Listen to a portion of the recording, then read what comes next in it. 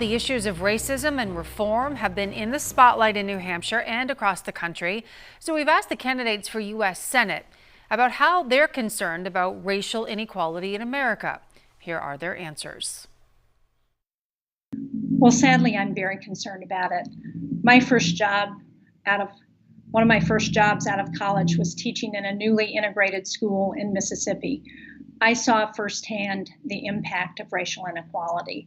I had a chance not too long after George Floyd's murder with Senator Hassan and I to speak with leaders of the African American community in New Hampshire and hear from them their concerns, not just about law enforcement and what was happening across the country, but also about other inequalities that they felt from this pandemic that has hit the minority community much harder than it's hit white Americans.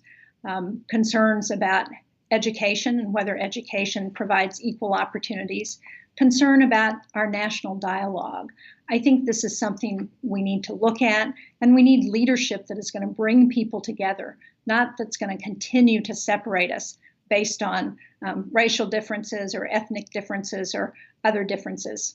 I'm very concerned about racial inequality.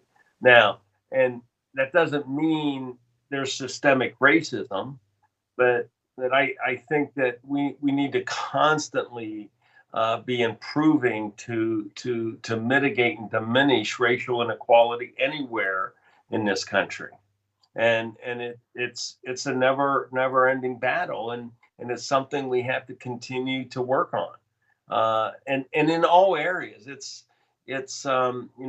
We see now that there's other groups that are being targeted, that are minority groups that have done well here. I mean, I think there's that litigation against Harvard by Asians who aren't getting admitted to Harvard because there's too many Asians there. I mean, we have to fight racial inequality everywhere.